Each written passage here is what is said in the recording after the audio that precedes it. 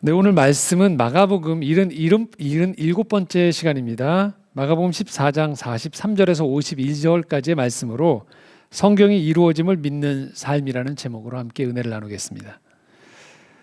사람의 인생을 보면 크게 삶을 대하는 태도가 두 가지로 나눠질 수 있습니다. 하나는 인생을 긍정적인 동기를 가지고 사는 사람입니다. 또 다른 동기가 있습니다. 그것은 부정적인 동기예요. 긍정적인 동기라면 사랑을 받는 것, 그리고 사랑하기 위한 것, 칭찬받기 위한 것, 또 성공하기 위한 것으로 인생을 규정지으면서 긍정적인 방향의 목적을 가지고 살아가는 것을 말합니다.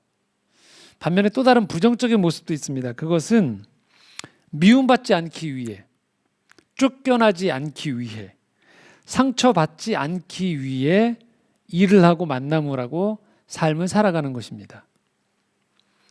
물론 이 두 가지가 완벽하게 물과 기름처럼 나눠질 수는 없습니다. 섞여 있죠. 하지만 이 지금 언급해드렸던 부정적인 동기가 내 인생에서 너무 많은 자리를 차지하고 있을 때는 인생에서 많은 문제들이 유발됩니다. 특별히 이 실패하지 않고 상처받지 않으려고 하다 보니 선의를 가지고 남들에게 먼저 다가가는 일이 드뭅니다. 그리고 새로운 일이나 만남을 시도하는 일을 극히 두려워하게 됩니다. 매일 만나는 사람들을 만나려고 하고요. 매일 접하는 문화를 접하려고 하고 있고 하던 일만 하려고 하게 됩니다. 상처받지 않고 실패하지 않고 그리고 익숙하게만 반복되어지는 것에 내 스스로가 길들여지기 때문에 그렇습니다. 그럼 반대로 긍정적인 동기로만 인생을 살면 그 방향으로 살 때 매사에 좋은 일만 생길까? 그렇지는 않습니다. 부득이하게 긍정적인 삶의 목적을 가지고 사랑하겠다라고 생각하고 또 많은 선한 일을 하겠다라고 생각하면서 살아가지만 그 안에서 우리는 무수하게 실패를 경험합니다. 크고 작은 실패를 경험해요. 상처를 받기도 합니다.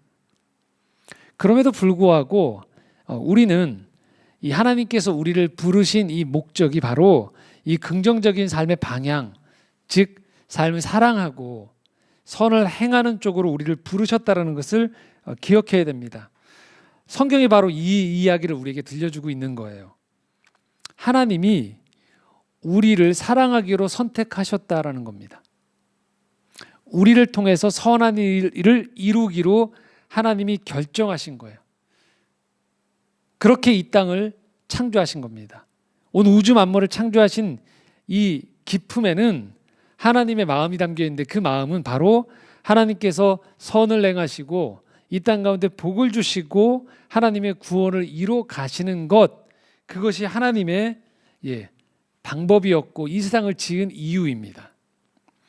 자, 그렇기 때문에 지금 말씀드린 하나님조차도 이 일에 담겨 있는 이 어두운 그림자를 피해 가실 수가 없었습니다. 그것은 사랑하기 때문에 진실로 자신의 형상을 닮은 인간들을 창조하셨을 때 그 인간에게 주셨던 자율과 양심에 따라서 안타깝게도 하나님의 바램은 긍정적으로 사람들과 관계를 맺고 깊은 교감을 나누기 원하셨는데 그 가운데에서 이 관계가 끊어지는 일들이 벌어졌던 겁니다. 그게 바로 이 창세기에 나왔던 인간의 타락인 거죠. 이 피조세계에 죄가 침투한 것이죠. 하나님은 이런 위험성에도 불구하고 이 세상을 사랑하기로, 구원하기로, 그리고 선을 행하기로 선택하셨고 그에 따른 대가를 하나님은 치르게 되셨습니다. 그러나 하나님은 결코 하나님이 세우신 이 이야기를 하나님이시기 때문에 포기하지 않으시겠다고 하신 거예요. 그것이 바로 이 성경의 이야기입니다. 무수한 구약 성경을 우리가 읽어보면 이 하나님이 인류를 향한 이 세상을 향해서 끊임없이 사랑과 용서와 구원을 베푸는 가운데 상처받으시는 하나님의 모습이 나옵니다. 하나님이 배신당하시는 모습이 나옵니다.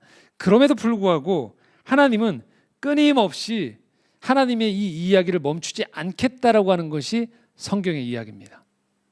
우리가 누군가와 진실로 사랑한다면 이런 일이 벌어지는 거예요. 누군가를 사랑하기 때문에 그 사람에게 나를 오픈합니다. 나를 열어 보여줍니다. 내 것을 소중한 것을 줍니다. 그리고 그와 함께 있고 마음을 나누기 원합니다. 그러다 우리는 종종 상처를 입고 때로는 배신을 당하기도 하고 때로는 실망하기도 합니다. 고통스러워하는 거죠. 그러나 우리가 그럼에도 불구하고 이 선을 행하고 사랑하는 삶을 포기할 수 없는 까닭은 하나님이 바로 이 세상을 그렇게 창조하셨다라는 거예요. 그리고 우리가 아버지라고 부르는 그 하나님께서 바로 이 하나님의 이 이야기처럼, 하나님의 구원의 이야기처럼 우리 또한 그렇게 살기를 원하신다는 거죠.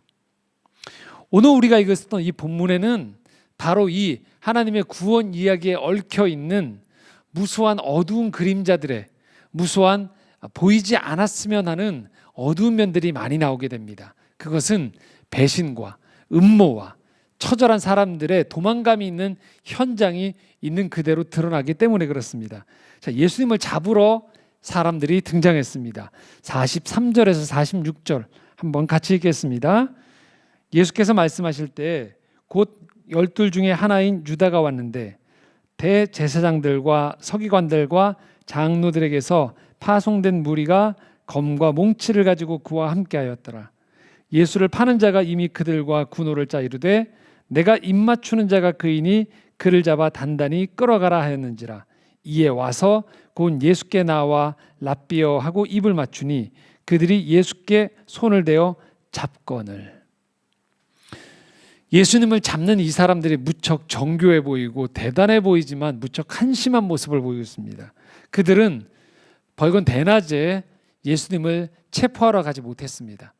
사람들, 예수님을 따르던 군중들이 들어와서 이들은 밤에 대제사장, 서기관, 장로들, 그 누구보다도 사람들을 사랑하고 하나님을 경배하고 어떻게 하면 이 땅에 선을 행할까를 연구해야 되는 이 사람들이 다름 아닌 어떻게 하면 한 사람을 음모에 빠뜨려서 죽일까를 염려하고 또 무력을 동원합니다. 검과 몽치, 몽둥이 같은 것을 가지고 있는 무리를 통해서 예수님을 체포하러 가는 거예요.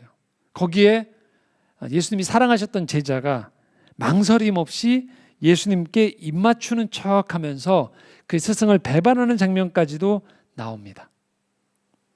참으로 인간의 추악한 면들이 드러나는 현장인 것이죠.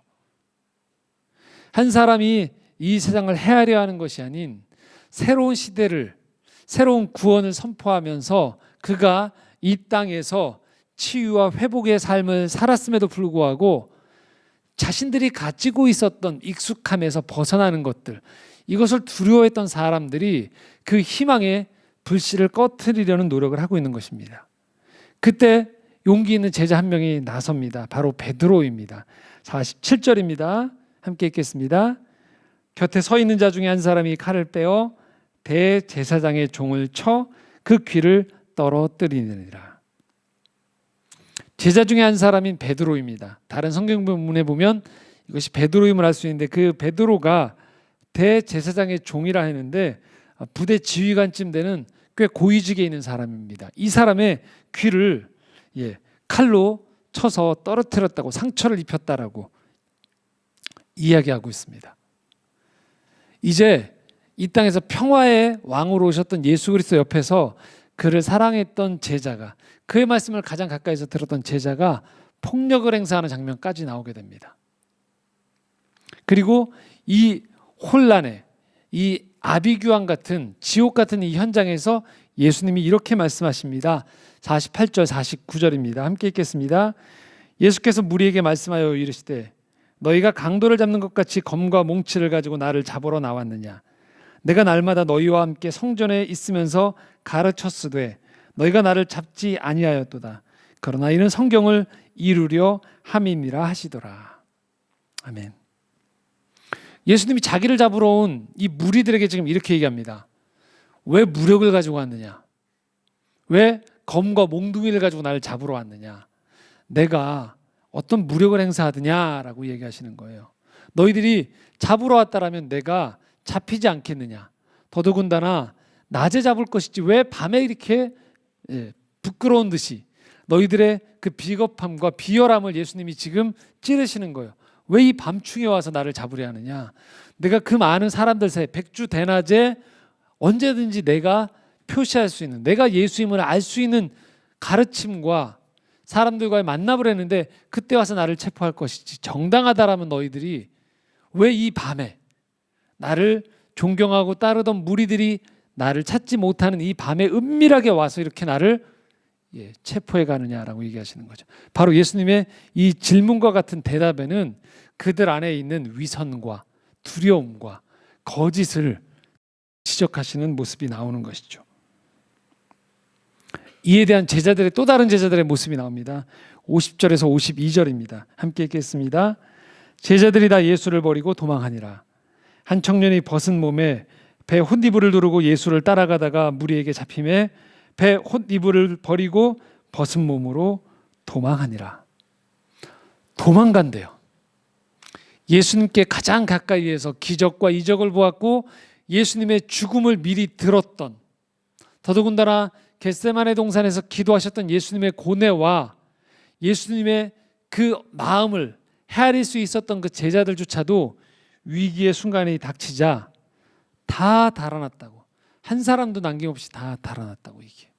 더더군다나 이 무리 안에 한 청년, 성서학자들은 이 사람이 이 마가복음을 쓴 마가가 아니겠느냐라고 추정하는 이 청년은 더더군다나 배 홑이불을 두르고 있다가 붙잡으려고 하자 그 배 홑이불을 벗어버린 채, 벗어버리니까 아무것도 입지 않은 알몸인 상태였다라는 거죠. 이것은 더욱더 의도적인 거예요. 얼마나 이 현장이 부끄럽고 준비가 없이 허둥지둥 사람들의 부끄러운 모습들, 연약한 모습이 다 드러나는지를 지금 보게 되어지는 거죠. 저희가 지금 마가복음을 77번째 77주째 지금 말씀을 강해하고 있는데요. 가장 비참한 장면이 오늘 장면인 거죠. 인간의 보이고 싶지 않은 모습이 다 드러나고 있는 거예요.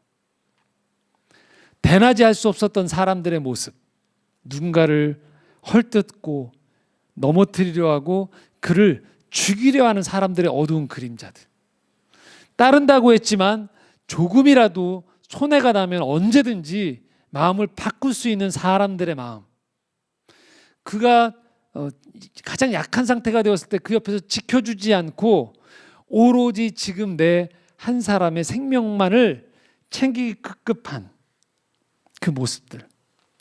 자, 이게 어떤 모습일까요? 바로 하나님이 없는 인간들의 모습이라는 거예요. 언제든지 우리가 그럴듯한 옷을 입고 사회적인 활동을 하고 있고 뭔가 일이 계획대로 조금은 되어질 때에는 마치 우리는 대단히 우리가 괜찮은 사람처럼 보입니다. 그런데 인생에서 내가 예측하지 못하는 이런 풍랑이 볼 때가 있어요. 그럴 때 우리는 허둥지둥 됩니다.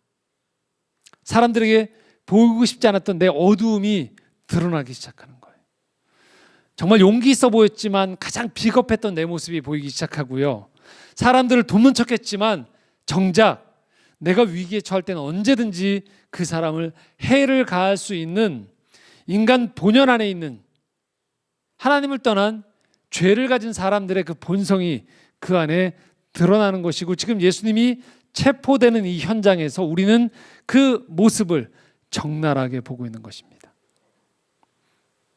이것이 바로 하나님이 없는, 구원이 없는 인생을 살아가는 사람들의 모습인 것이에요. 얼마만큼 그가 사회적인 위신을 가지고 있는지, 그 전에 얼마만큼 건강했는지, 얼마만큼 그가 근면성실하여서 사람들 앞에서 부지런하다 칭찬받고 저 사람은 법이 없어도 살 사람이야 라고 할 정도로 칭찬을 받는 것 같은 사람일지언정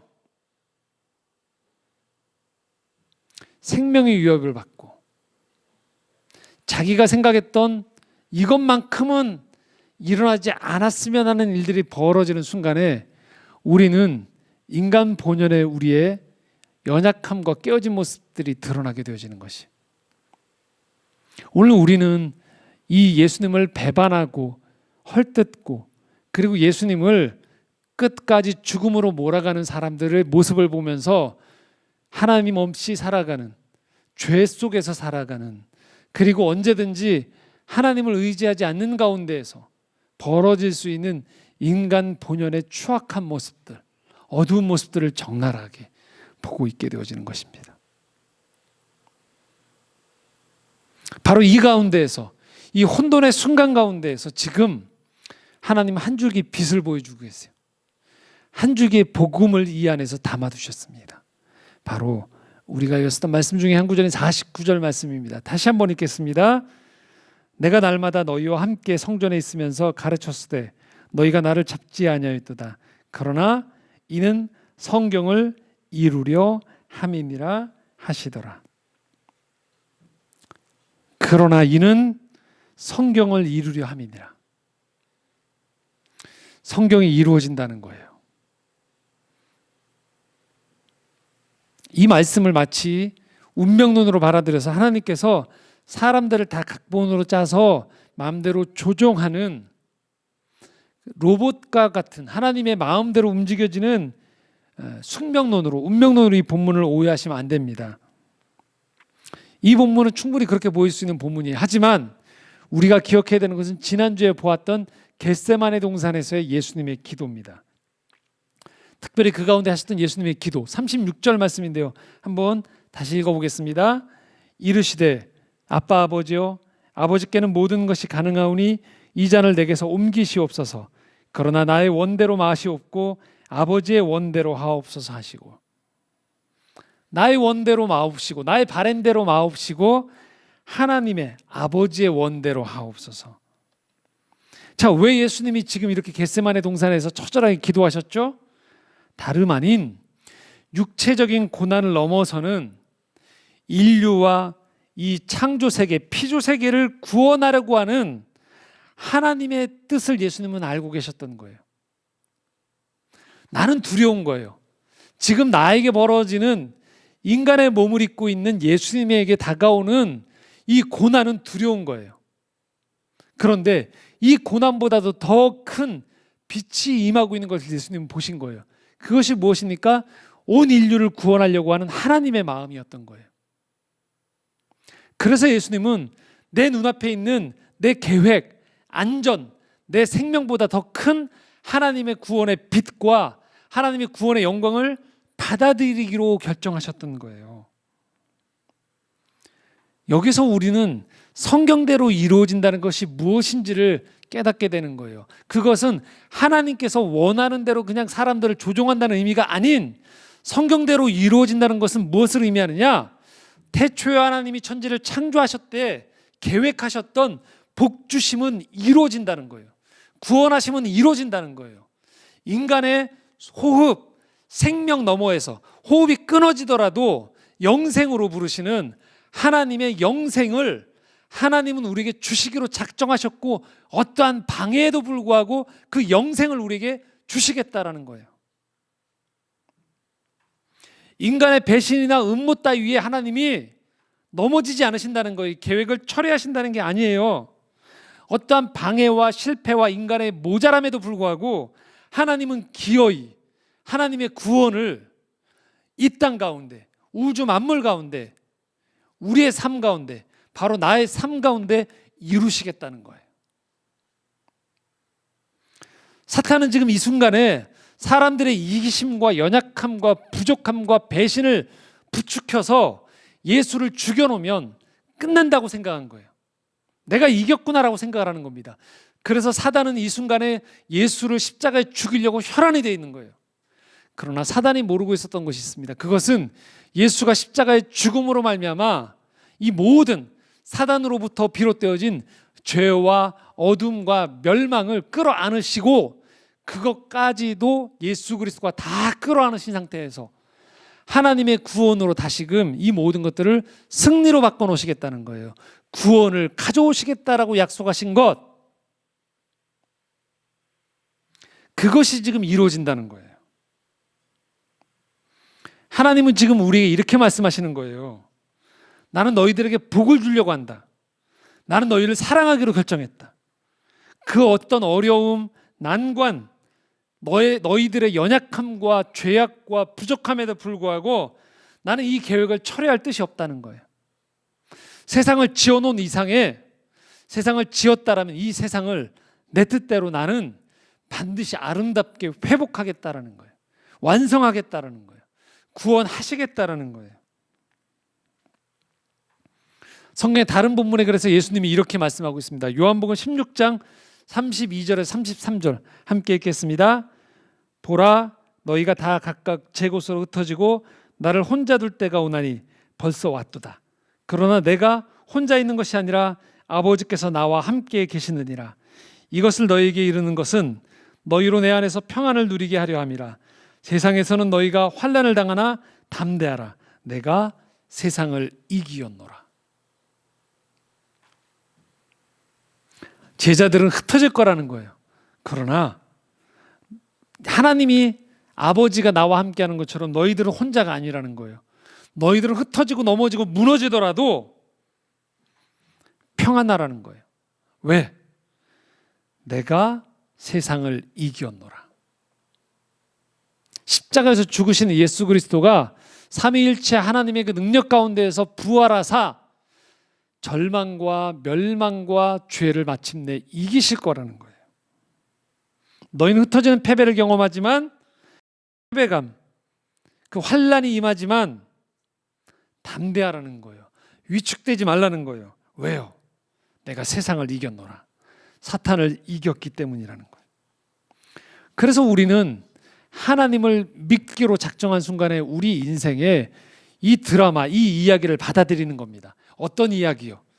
내 인생은 망할 수 없다는 거예요.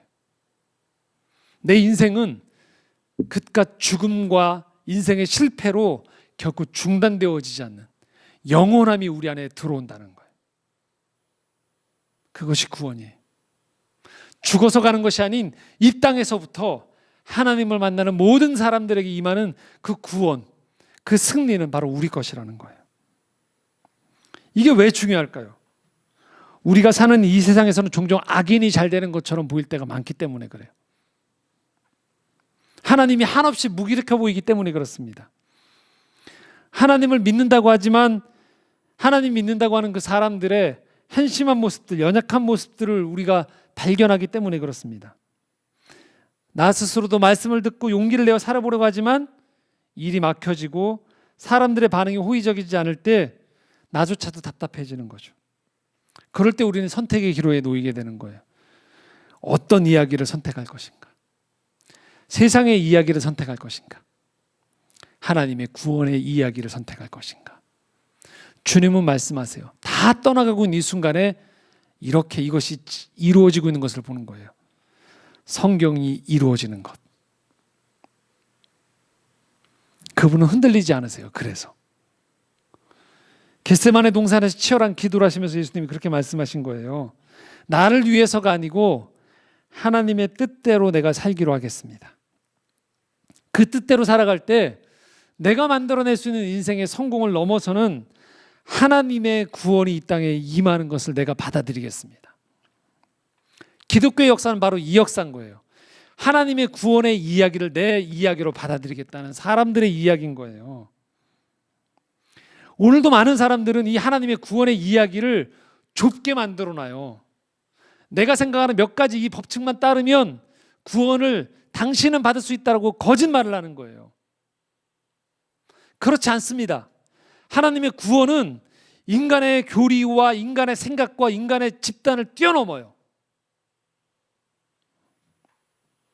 하나님의 구원이 오늘 여러분 삶 가운데 임한다는 것은 그래서 여러분이 가지고 있는 여러분의 열심과 여러분이 존경했던 몇몇 사람들을 뛰어넘는 거예요. 언젠가 사람들은 다 무너지게 돼 있어요. 이 땅에 있는 모든 것들이 완전한 것이 없고 영원한 것이 없습니다. 그러나 하나님의 구원은 영원한 거예요. 흔들리지 않는 그 구원이 우리에게 다가오는 것이에요. 여러분, 혼동스러운 삶의 한복판에서 하나님의 구원을 만날 때 우리는 평안할 수 있는 거예요. 내가 세상을 이겼노라라고 이야기할 수 있는 것입니다. 사도 바울이 바로 이 하나님을 만났던 것이죠. 인생 맨 마지막 끝에서 하나님을 위해서 살았음에도 불구하고 그가 이제 맨 마지막에 인생의 감옥 가운데에서 남들이 세상적으로 봤을 땐 비참해지는데 그는 지금 이렇게 고백을 하고 있어요. 디모데후서 4장 6절에서 8절까지의 말씀입니다. 함께 읽겠습니다. 전제와 같이 내가 벌써 부어지고 나의 떠날 시간이 가까웠도다. 나는 선한 싸움을 싸우고 나의 달려갈 길을 마치고 믿음을 지켰으니 이제 후로는 나를 위하여 의의 면류관이 예배되었으므로 주 곧 의로우신 재판장이 그날에 내게 주실 것이며 내게만 아니라 주의 나타나심을 사모하는 모든 자에게 도니라. 아멘. 나는 이제 하나님 앞에 예물처럼 재물처럼 드릴 시간이 가까웠다는 거예요. 이게 뭘 말하는 거예요? 죽을 때가 됐다는 거예요. 근데 이 죽음도 늙어 죽는 것도 아니고요, 그냥 병들어 죽는 것도 아닌, 하나님을 위해 살다가 참수형을 당하는 비참한 생을 지금 자기 앞에 놓여 있는 거예요. 그런데 사도 바울은 7절에 이렇게 고백합니다. 이것이 선한 싸움이었다는 거예요. 하나님의 구원 이야기를 받아들였던 나, 이 구원 이야기를 전하기 위해 힘썼던 나의 삶이 선했다라는 거예요. 그래서 달려갈 길을 다 마치고 믿음을 지켰다. 이게 뭘 말할까? 하나님의 구원의 이야기가 바로 나의 이야기가 되었다라는 거예요. 성경이 이루어졌다라는 거예요. 오늘 여러분의 삶 가운데 바로 이 성경의 역사가 임한다는 겁니다. 우리가 왜 성경 말씀을 진리라고 할까요? 도덕책이기 때문이 아니에요. 과학책이기 때문이 아니에요. 인간의 논리와 법칙을 뛰어넘는 하나님의 영혼의 그 능력과 하나님의 영혼이 진실로 우리에게 다가오기 때문이에요. 이것이 구원인 거예요. 여러분 왜 망설이십니까? 왜 뒤를 돌아보십니까? 여러분 주변 사람들 때문입니까? 아니면 여러분 계획이 좀 여러분 생각보다 좀 더디기 때문에 또는 무너지기 때문입니까? 이 시간 이 구원의 이야기를 우리에게 허락해 주시는 하나님을 만나기 원합니다.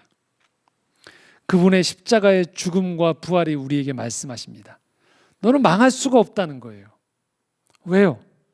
이것이 너의 문제가 아닌 하나님의 구원의 이야기이기 때문인 것입니다. 어느 길을 갈 것인가? 생명의 길을 가라는 거예요.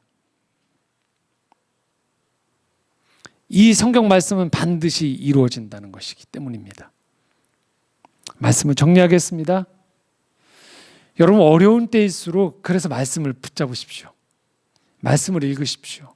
말씀을 묵상하고 그 말씀의 능력이 내 안에 살아 움직일 수 있도록 여러분의 생각과 마음이 그 말씀 안에 말씀을 따라 희망을 품고 위로를 얻고 사랑할 수 있기를 소망합니다.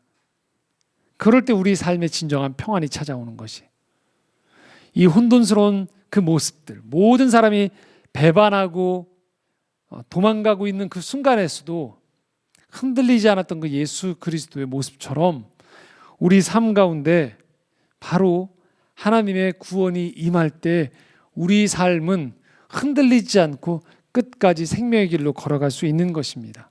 비록 코로나19로 인해서 모든 계획들이 틀어지고 있는 이때에 그럼에도 불구하고 이 말씀 가운데 성경의 진리를 붙잡고 하나님의 평강을 누릴 수 있는 우리 모두가 되어지기를 소망합니다. 그 은혜를 누리시는 한 주가 되시기를 소망합니다. 기도하겠습니다.